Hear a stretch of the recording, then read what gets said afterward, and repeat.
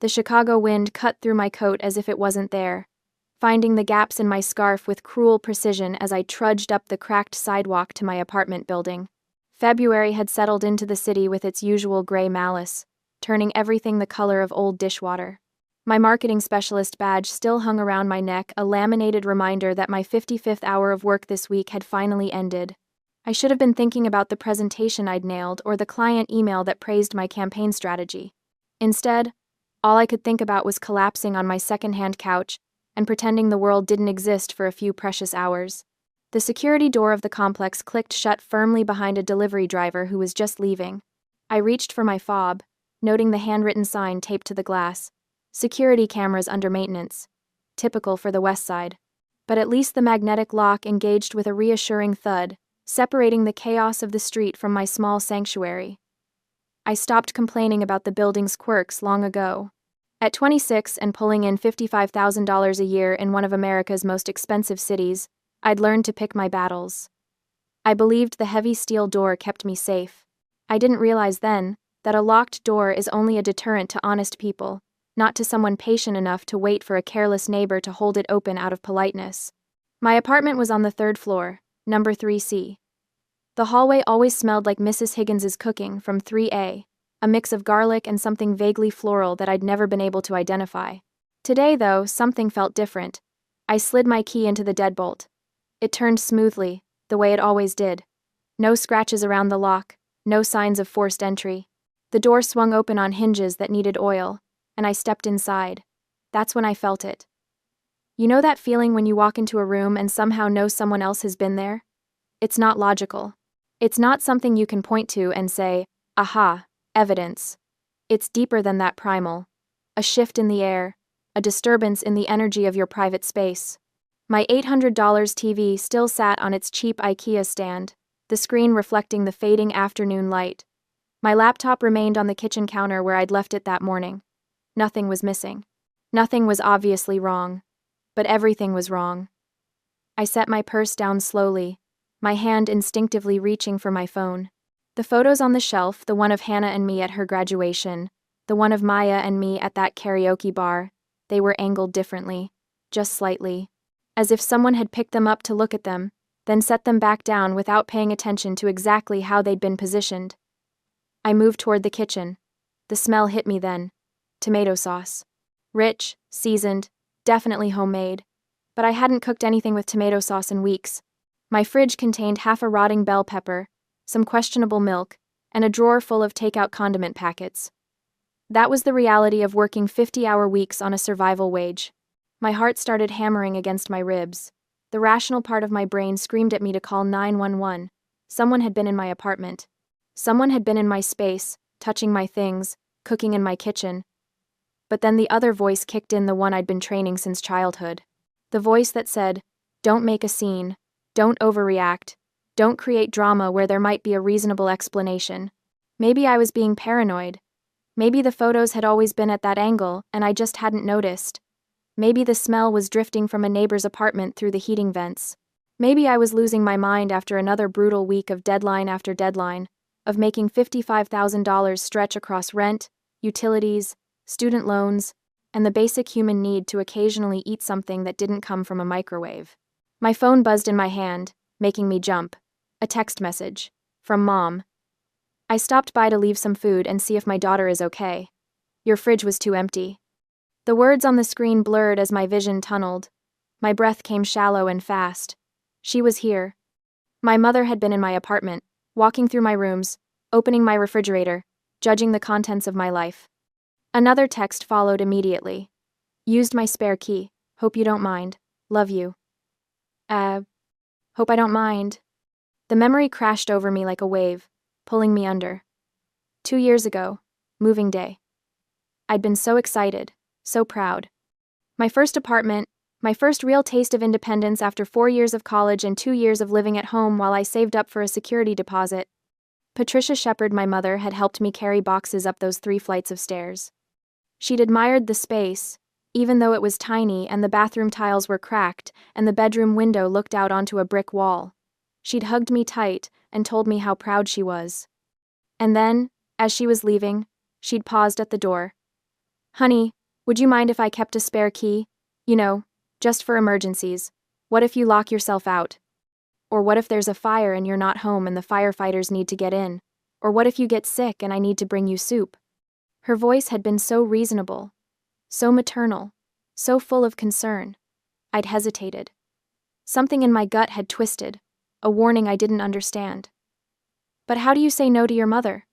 How do you tell the woman who raised you that you don't trust her with access to your home? What kind of ungrateful daughter would that make me? So I'd said yes. I'd handed over that spare key with a smile, believing I was just being practical, believing that her controlling nature was just love manifesting in an overprotective way. I stood in my violated kitchen now, staring at that text message, and felt the fool I'd been. My hands shook as I pulled up her contact and hit the call button. It rang 3 times before she answered. Leah, I was just thinking about you. Did you get my message? I left you some nice chicken casserole in the fridge. You looked so thin the last time Mom. My voice came out harder than I'd intended. You can't just come into my apartment whenever you want. Silence on the other end. Then, in a smaller voice, I was just trying to help. You didn't ask permission. I'm your mother, Leah. Since when do I need permission to make sure my daughter is eating properly? You work those terrible hours at that job, and I know you're not taking care of yourself. Someone has to. I'm 26 years old. I can take care of myself. Can you? Her voice shifted, taking on an edge. Because your fridge told a different story. Half-empty shelves, expired milk. Stop. The word came out sharp enough to cut. You went through my refrigerator? I was putting the casserole away. I had to make room. My free hand gripped the kitchen counter so hard my knuckles turned white. I need that key back. Another silence.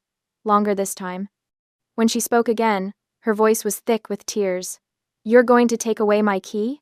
You're going to lock your own mother out like I'm some kind of criminal? Mom, please don't. After everything I've done for you, after all the sacrifices your father and I made, after the college tuition, after the years of putting your needs first, after, her voice broke on a sob. Is this how you repay us? By treating me like I'm not even welcome in my own daughter's home? Guilt crashed through me, hot and familiar. This was the dance we'd done my entire life. I set a boundary. She weaponized emotion. But I held firm. I'm not saying you're not welcome. I'm saying you need to call first. You need to ask. You can't just walk in whenever you feel like it. Fine. The word was clipped, cold. Fine, Leah. If that's how you want it, I'll give you back your precious key. I'll meet you tomorrow after you get off work. Will that satisfy you? Yes, thank you. She hung up without saying goodbye. I stood there in my kitchen, in the apartment that no longer felt like mine, and wondered if I'd just won or lost. The casserole sat in my fridge, still warm. I couldn't bring myself to eat it. The next evening, Patricia met me in the building lobby. She was dressed immaculately, as always pressed slacks, a cashmere sweater, a pearls at her throat. Her eyes were red-rimmed, and she made sure I noticed. Here. She pressed the key into my palm, her hand lingering over mine. I hope you know how much this hurts me. I'm sorry you're hurt, but I need this boundary. Boundaries. She said the word like it tasted bitter. That's what your generation calls basic ingratitude, I suppose. She turned and walked away before I could respond, her heels clicking against the lobby tile with sharp, angry precision. I held the cold metal in my hand and felt a small surge of victory. I'd done it. I'd taken back control. I had no idea it was just the opening shot. 3 days of relative quiet passed, lulling me into a false sense of security. I'd started to relax, to believe that maybe Patricia would actually respect the boundary I'd set. I should have known better. It was Friday evening when the paranoia crept back in. I was organizing my desk drawer, procrastinating on the market analysis I'd brought home when I decided to put the returned key back onto my spare ring. I pulled out the key Patricia had handed me in the lobby and compared it to my own original key. My stomach dropped. The key she had returned was shiny brass, the edges sharp and clean. My original key, the one I had given her 2 years ago, was worn, the metal dull from use. I grabbed the spare I kept in the junk drawer for emergencies and laid all 3 on the desk. Original, emergency spare. And the returned key. The math didn't work. The key she gave me wasn't the one I gave her. It was a brand new copy. My hands started shaking as the reality crystallized. She hadn't just made a copy recently. She must have kept the original I gave her 2 years ago and gone to a hardware store to cut a duplicate to hand back to me. It was a performance. A calculated move to make me think I had won while she maintained her access. She still had a key to my apartment. I felt sick. The violation was so much deeper than I'd realized. She'd planned this. She'd intentionally deceived me, knowing that I would trust her word. I grabbed my phone and called the first locksmith I could find on Google. 24-hour service, thankfully. The technician arrived 90 minutes later, a tired-looking man in his 50s who'd clearly been called away from his dinner. "Someone you know have a key?" he asked as he worked on the deadbolt. "My mother." He didn't even look up. "Yeah, that's about 70% of my emergency calls. Parents, ex-partners, former roommates. People think a key is love. It's not. It's just a piece of metal." The wisdom of a locksmith at 9 p.m. on a Friday night. I would have laughed if I weren't so angry. The invoice came to $250. New deadbolt, new doorknob lock, 2 new keys for me. I stared at the number and felt my chest tighten. That was my weekend plans, gone. That was groceries for 2 weeks. That was the small buffer between me and my credit card. I handed over my debit card and tried not to think about the instant ramen I'd be eating for the foreseeable future, but I could breathe again. She couldn't get in now. The locks were mine. Except the attack had already shifted to a new front. The text came from Dad on Sunday afternoon. Robert Shepard rarely texted. He preferred to deliver his judgments in person, or via phone call where he could hear you squirm. The fact that he'd resorted to text meant this was calculated. "I spent over $40,000 on your college tuition, not for you to treat your parents like strangers. Don't let the money I worked hard for raise an ungrateful child." I read it 3 times, each pass making my blood pressure spike higher. And $40,000. He'd managed to reduce our entire relationship to a transaction. 4 years of a state university, partially covered by scholarships and my own student loans, plus the portion they'd contributed as parents, all of it weaponized into a guilt bomb designed to detonate my resistance. Another text followed. "Your mother cried for 2 hours after you accused her of being a criminal. Is this who you've become?"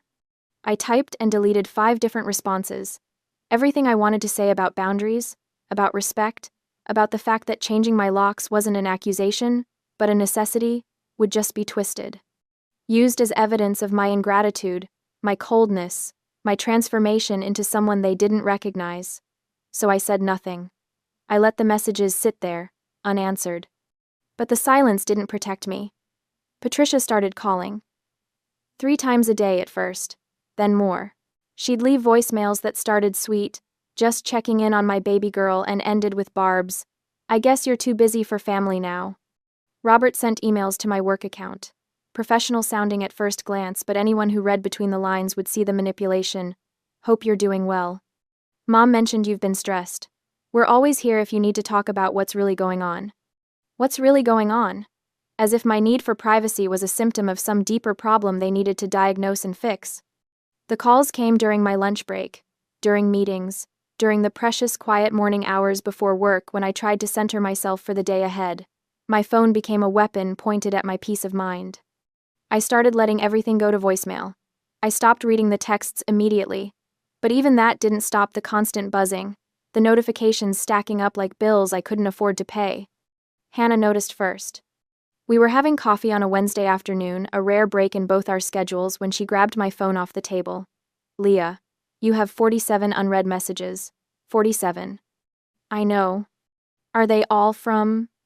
"Mostly." I took the phone back and silenced it. "Some are from Dad too now." Hannah's expression shifted from concern to anger. "They're tag-teaming you." "It's fine. I changed the locks. They can't actually get in anymore. But they're still getting to you." She leaned forward, her voice dropping. "You've lost weight. You look exhausted. When's the last time you slept through the night?" I didn't answer because we both knew the truth.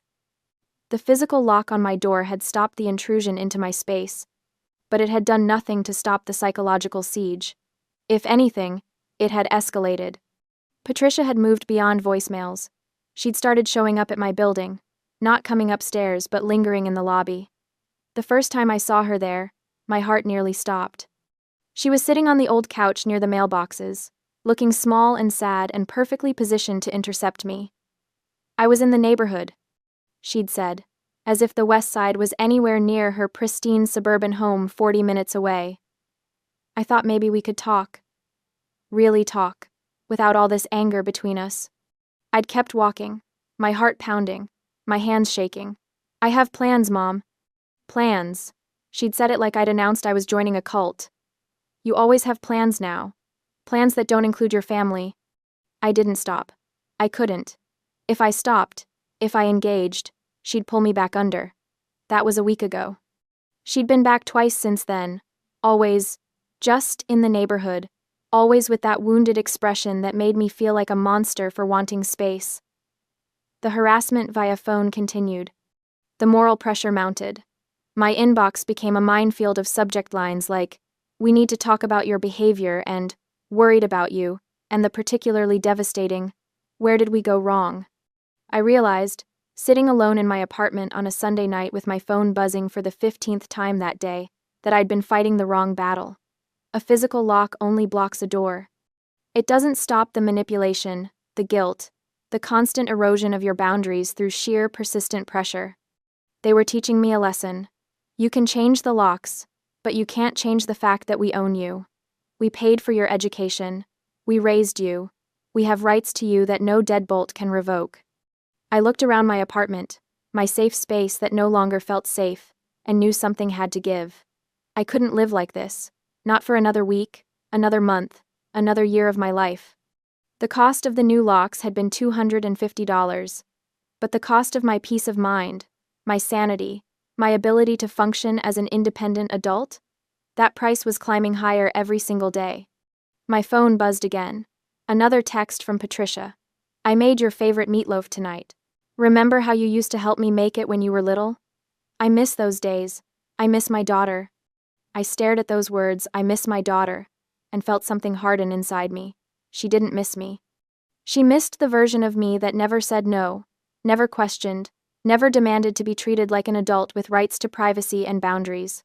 That version of me was gone. And I was starting to realize that no amount of explaining, no amount of reasonable conversation, no amount of hoping they'd understand, was going to make them accept that. The lock on my door was just the beginning. I'd stopped them from physically entering my space, but they were still camped out in my head, in my phone, in my emotional landscape. I needed a bigger weapon. I just didn't know yet what that weapon would be. The fragile silence lasted exactly 2 weeks.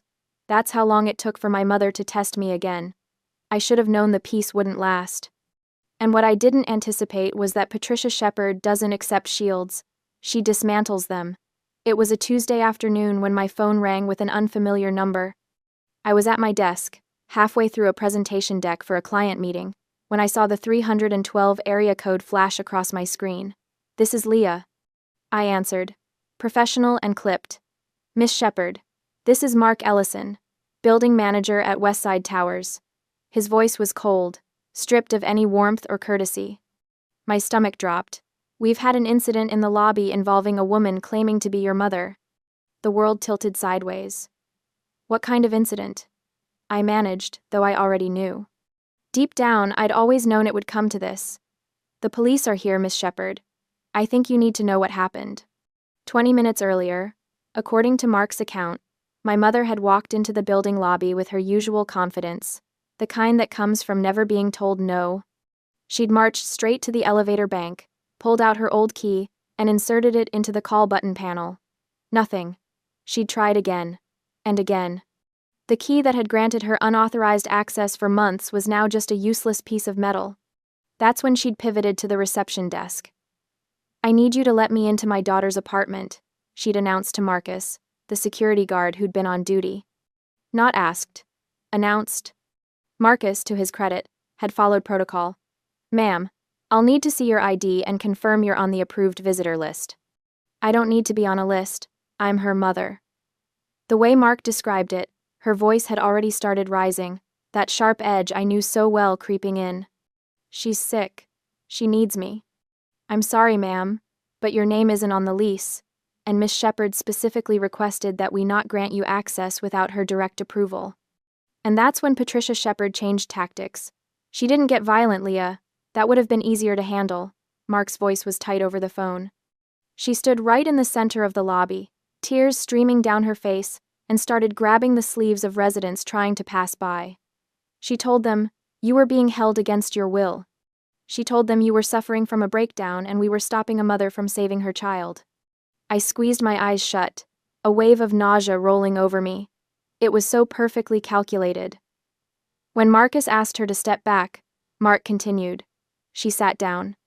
Right there on the marble floor in front of the elevators, she screamed, "I'm not going anywhere. Call the police. Let them see how you treat a worried mother." She had caused a scene, clogging the entryway, creating a spectacle that had residents pulling out their phones to record. She had weaponized the pity of strangers against the building's security protocols. The police had to intervene not because she was violent, but because she refused to comply with a criminal trespass order and was causing a civil disturbance. Mark finished. She forced our hand. By the time the officers arrived, my mother had fully committed to the role of the victim. She'd wept to the officers, showing them her old key as proof of her rights, begging them to force the building to let her in, but Marcus had his instructions. And Mark Ellison had the lease with only my name on it, and the police had a woman creating a disturbance on private property who refused to leave. They'd filed a report. Official. On record. Case number and everything. Then they'd ordered her to leave and not return. "Miss Shepherd." Mark's voice cut through my horrified silence. "I need to be clear about something. This building has a reputation to maintain. We have elderly residents, families with children, and we cannot have this kind of theatrical disturbance happening in our lobby." "I understand," I whispered, gripping my phone so hard my knuckles went white. "I'm so sorry." "If this happens again," he continued, and his tone was ice, "we will be forced to terminate your lease early. And I want you to understand what that means. It will go on your rental history. Your credit score will take a hit. Every landlord you apply with in the future will see that you were evicted for cause." My vision blurred. In America, your credit score isn't just a number, it's your second life. It determines whether you can rent an apartment, buy a car, sometimes even get a job. And rental history? That's the difference between having a home and being denied at every application. I was standing on the edge of a cliff, and my mother's hands were on my back. "It won't happen again," I said, and I meant it with every cell in my body. "I promise you, Mr. Ellison, it won't." "See that it doesn't." He hung up. I sat there at my desk, surrounded by the mundane trappings of corporate life, coffee cups and spreadsheets and motivational posters, and felt something crack open inside my chest. That evening, I called Hannah and Maya. We met at Maya's apartment, a cozy studio that smelled like vanilla candles and safety. I told them everything. The lobby, the police, the threat to my lease. The way my mother had weaponized her own performance to try to force her way back into my life. "She's going to ruin me," I said, and my voice broke. "She's going to destroy my credit, my rental history, everything I've worked for, and she doesn't even care. She'll burn my whole life down just to prove she can still control me." Hannah, who'd known my family since college, leaned forward and took my hands. Her eyes were fierce. "Leah, listen to me. They don't love you. They want to own you." "Hannah's right," Maya added softly. "Love doesn't look like this. Love doesn't sit on a lobby floor screaming lies to strangers. This is possession. This is control." "But she's my mother." "And you're a grown woman with rights," Hannah interrupted. "You've tried boundaries. You've tried talking. You've tried everything reasonable." She responded by forcing the police to get involved. "What else does she have to do before you accept that she's not going to stop?" I looked at my two best friends, the only family I'd chosen for myself, and felt something shift. It wasn't anger, exactly. It was clarity. "What do I do?" I asked. "You protect yourself," Maya said firmly.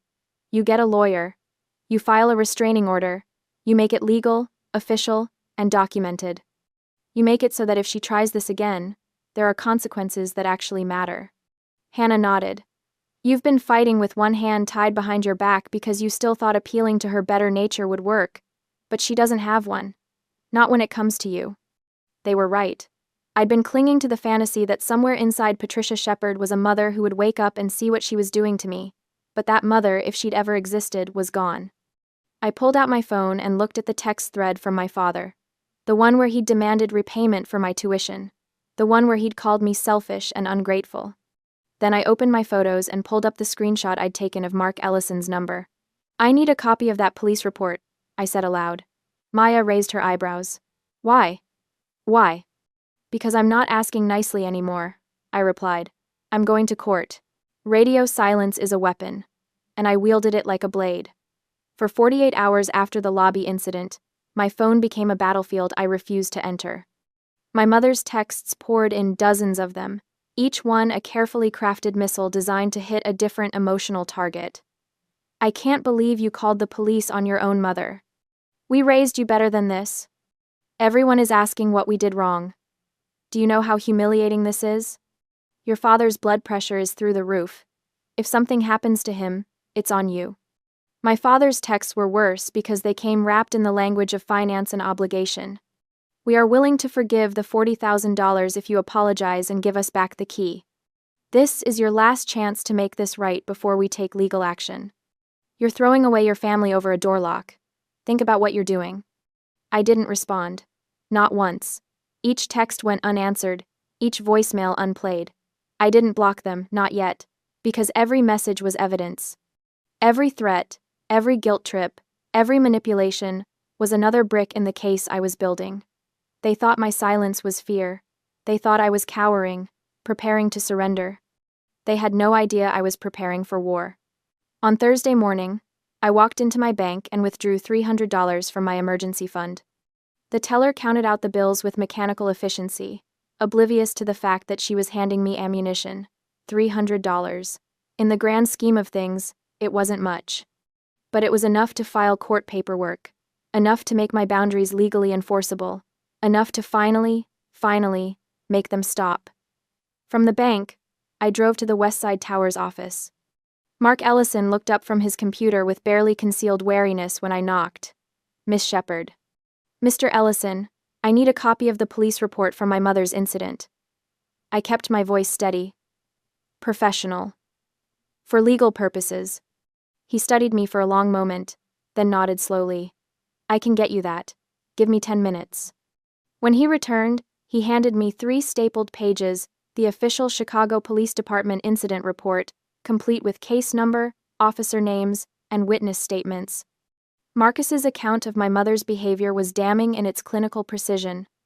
Subject created a civil disturbance by impeding resident access and refusing to vacate the premises. Subject made false claims regarding resident welfare to incite bystander intervention. Subject refused multiple requests to leave private property. "Thank you," I said quietly. "Miss Shepard," Mark said as I turned to leave. "I hope you're handling this." "I am," I replied. "I promise you, I am."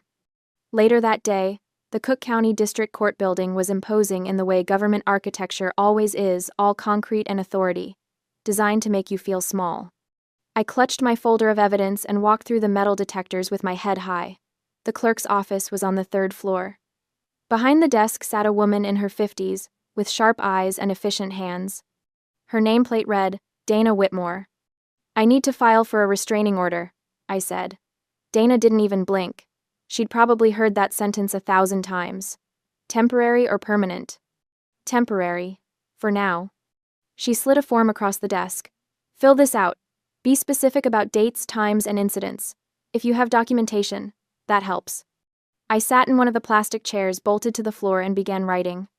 Everything spilled out onto the page: the unauthorized key, the intrusion into my home, the changed locks, the lobby breakdown, the police report. I made sure to emphasize the specific legal language I had researched the night before. That my mother's escalating behavior constituted a credible threat of imminent harm to my mental well-being and housing security. I attached the printouts of my parents' text messages that I'd prepared at the office earlier. When I brought the completed petition back to Dana, she read through it with practiced efficiency. Her expression never changed, but when she reached the police report, she paused. "This is good documentation," she said, looking up at me. "Most people don't have this." I learned fast. I replied. She stamped the papers, processed my $300 payment, and handed me a receipt. Judge Ramirez is fair when it comes to these disputes. You cannot lose this case. Don't worry. Thank you. I took the papers with trembling hands. Thank you so much. Dana's expression softened just slightly. You're doing the right thing. Don't let anyone tell you otherwise. From the courthouse, I went back to see Mark Ellison. This time, I came armed. Mr.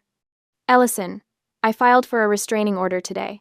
I placed the copies on his desk, the TRO petition, the police report, the court receipt. I want you to know I'm taking this seriously. He picked up the documents, reading carefully. This is good. This is very good.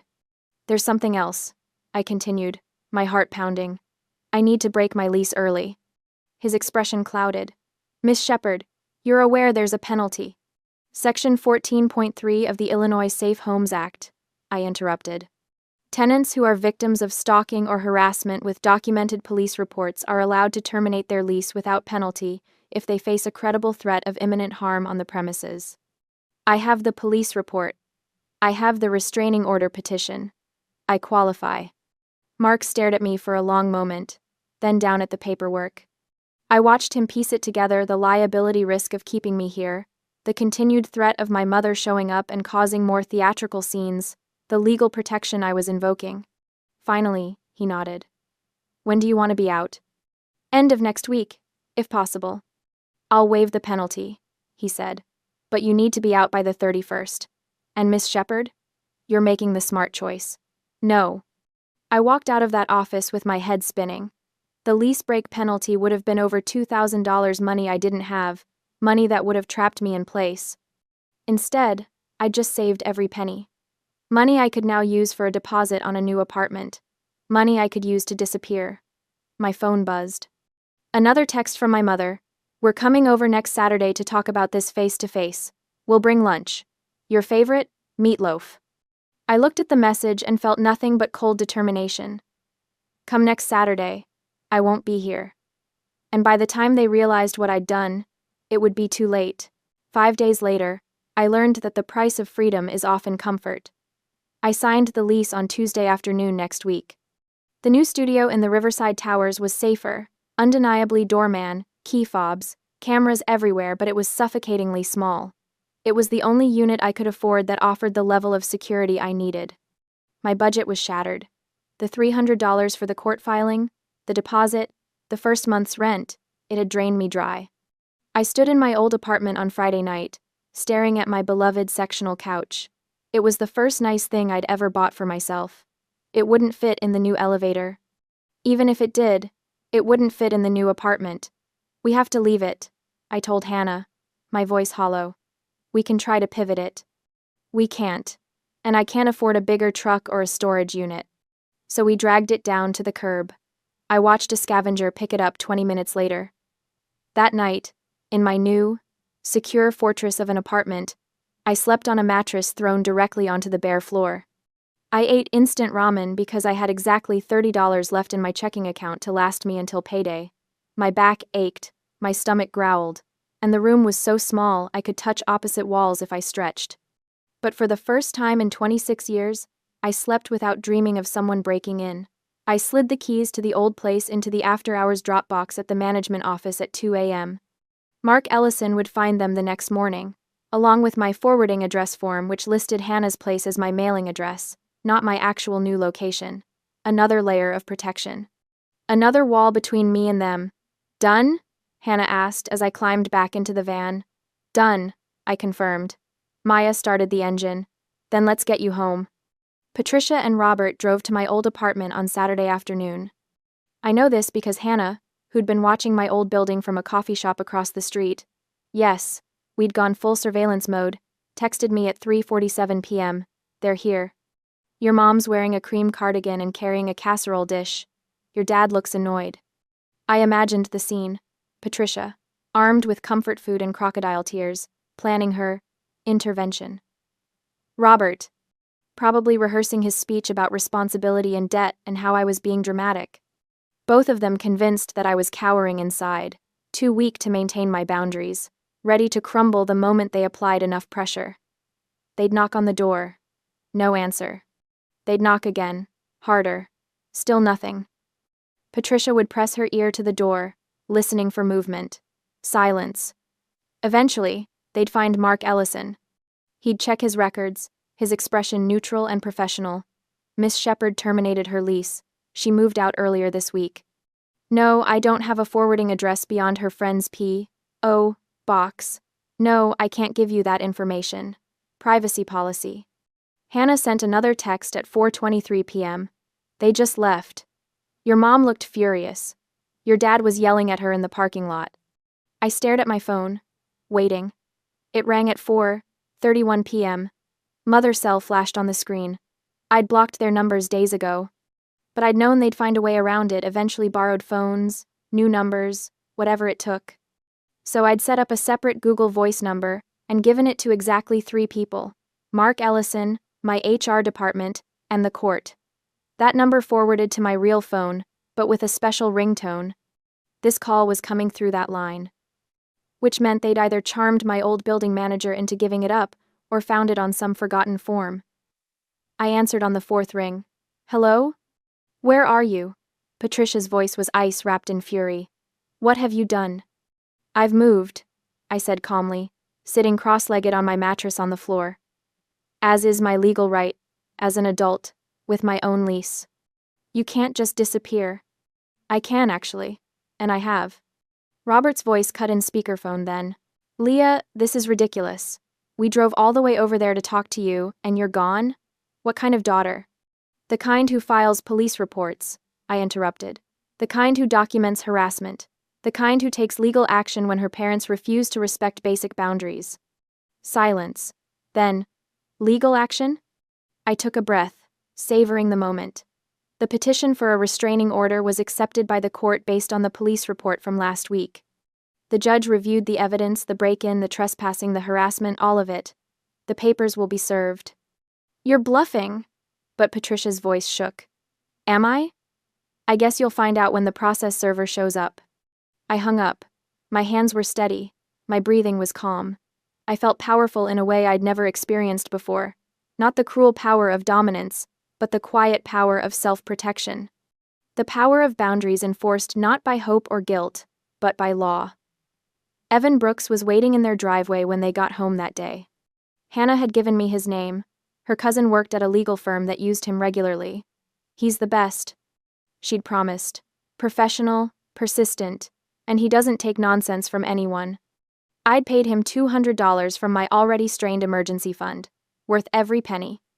According to Evan's text sent at 6:02 p.m., Patricia and Robert pulled into their driveway at 5:58 p.m., still arguing. He'd approached the driver's side window before Robert even turned off the engine. Robert Shepherd? Patricia Shepherd? You've been served. He handed them the thick manila envelope through the car window. Inside, the temporary restraining order, the court date, the police report, copies of Patricia's texts, photos of my apartment after her intrusion, a detailed timeline of harassment. Everything documented, everything undeniable. Evan texted me a photo. My parents' faces visible through the windshield, pale and shocked, the envelope open in Robert's lap. Job done. They looked like they'd seen a ghost. Nice work, Miss Shepherd. I stared at that photo for a long time, my mother's mouth open in apparent protest. My father's hand frozen mid-gesture, a legal document he couldn't bully or guilt his way out of spread across his knees. They hadn't just lost control of me. They were facing consequences. Real ones. The kind that came with court dates and legal restrictions and public records. I saved the photo, then deleted it. I didn't need a trophy. I had something better. Freedom. By the time the seasons shifted 3 months later, the necessary coldness had set in, and my life had transformed completely. There were no tearful reconciliation coffees. No dramatic confrontations in parking lots. No surprise visits or ambush dinners. The temporary restraining order became a permanent one after a brief court hearing where Judge Ramirez reviewed the evidence, listened to Patricia's lawyer claim it was all a misunderstanding between family, and then stated flatly, weaponizing a building's security staff and creating a civil disturbance to gain access to an adult's home isn't a misunderstanding. It's harassment. Order granted for 1 year, renewable if violations occur. My life now existed behind a wall of professional security. The doorman at Riverside Towers, Marcus, a retired Marine with a warm smile and zero tolerance for nonsense, knew my face, knew my schedule, knew that absolutely no one came upstairs without my explicit approval. "Your parents?" he'd asked during my first week, after Patricia had somehow found my new building and tried to sweet-talk her way past the desk. "Especially not my parents," I'd confirmed. He'd nodded once. "Understood. Consider it handled." She'd tried twice more. Both times, Marcus had politely but firmly directed her to leave the property, or he'd call the police. Both times, she'd left. The third time he did call the police. She hadn't come back after that. My finances were still recovering. The move had drained my emergency fund despite the waived lease termination fee, security deposit, first month's rent, moving truck, Evans fee, and the painfully slow process of buying new furniture to replace what hadn't fit. My checking account looked anemic, my savings nearly depleted.